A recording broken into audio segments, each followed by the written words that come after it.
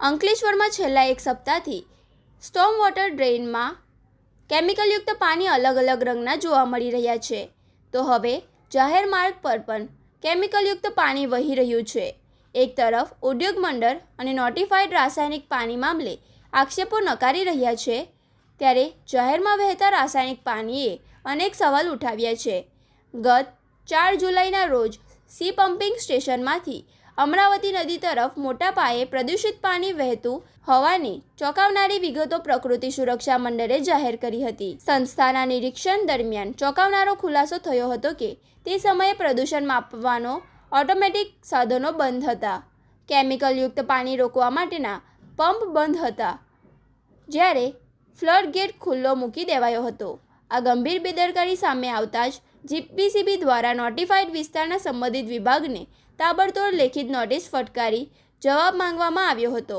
4 જુલાઈની ઘટના વખતે જીપીસીબીના અધિકારીની સાથે પંપ સંચાલનનો કોન્ટ્રાક્ટર પણ ત્યાં જ હાજર હોવાથી તેઓ રંગે હાથે પકડાયા હતા.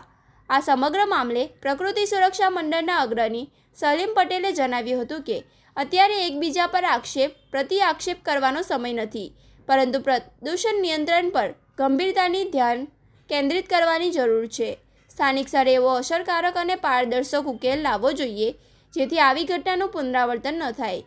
વારંવાર થતા આવા પ્રદૂષણના કારણે આખી અંકલેશ્વર વસાહતને વૈશ્વિક પ્રતિષ્ઠા ખરડાઈ રહી છે અને પર્યાવરણને ક્યારેય ન ભરાય તેવું નુકસાન થઈ રહ્યું છે. આજ રોજ અંકલેશ્વર ઔદ્યોગિક વસાહતોમાં ફરીથી અલગ અલગ જગ્યાએ પ્રદૂષિત પાણી વહેવાની ઘટનાઓ બની છે અને આ બાબતની જાણકારી અમોને સંલગ્ન વિભાગોને આપી છે. એમણે તપાસ કરવાની ખાતરી આપી છે. આપ જોઈ શકો છો કે દ્રશ્યોમાં એક કલરયુક્ત અને ફીરવાળું પાણી હોય છે, પરંતુ જે રીતના લાસ્ટ ટાઈમે ઔદ્યોગિક એસોસિએશનના પ્રતિનિધિઓએ એવું કહ્યું હતું કે આવા ફોટાઓ વિડીયો પર ધ્યાન આપવું નહીં અને આ સાંભળવા જેવા હોતા નથી. તો અમારે એ કહેવું કે ગત જે 4 તારીખનો બનાવ હતો, જ્યારે અમે આ ફરિયાદ જગ્યા પર સી પમ્પિંગ સ્ટેશન પર ગયા હતા, ત્યારે પણ આ પ્રદૂષિત પાણી વહી રહ્યું હતું. પંપો બંધ હતા, મોનિટરિંગ માટે જે સાધન યંત્ર મૂકેલું પીઓસી મીટર એ પણ બંધ હતું, ફ્લડ ગેટ ખુલ્લો હતું અને સ્થળ પર અમે આરઓ સાહેબને બોલાવ્યા હતા. આરઓ સાહેબ હાજર હતા.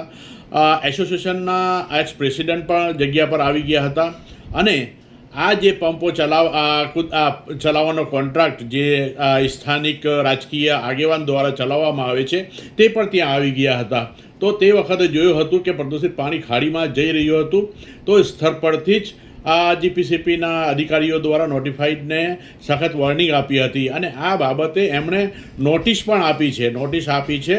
એનું મતલબ એ થયું કે આ વાત ખોટી નથી.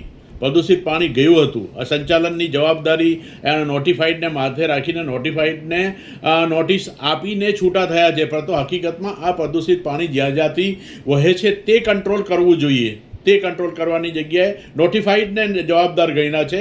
એ એમની ગણતરી શું છે અમને ખ્યાલ નથી, પરંતુ નોટિફાઈડ તે વખતે પંપ ચાલતા ન હતા, ફ્લડ ગેટ ખુલ્લો હતો, પાણી વરસાદ વહી ગયા પછી પણ આ ચાલતું હતું, એટલે એને જવાબદાર ઠેરાયો છે. આજે પણ આપ જોઈ શકો છો કે આ પ્રદૂષિત પાણી અલગ અલગ જગ્યાએથી વહે છે, પરંતુ કલાક 2 કલાક પછી એવું કહેવામાં આવશે કે ભાઈ આ ન્યુટ્રલ છે.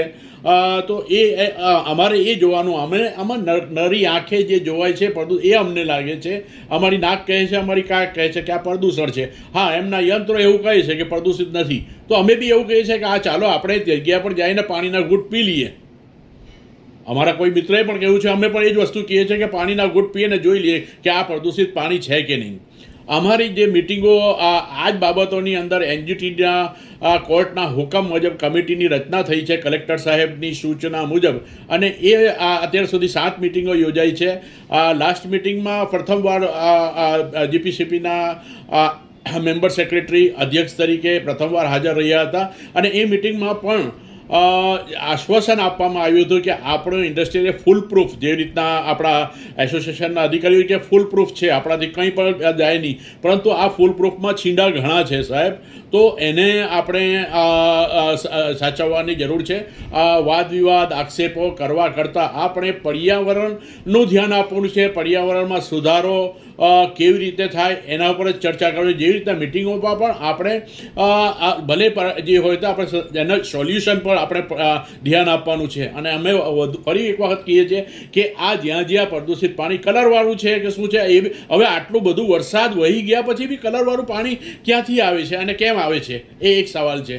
તો હવે આની અંદર વાદ વિવાદ ઊભો કરવા કરતાં પ્રદૂષણ પર કંટ્રોલ કરવાની જવાબદારી જીપીસીપી નોટિફાઈડ જે મિટિંગોમાં બધી જ એજન્સીઓ હાજર હતી NGO સહિતની, તો દરેકને જવાબદારી આવે છે અને આનું સોલ્યુશન તાત્કાલિક લાવવું જોઈએ.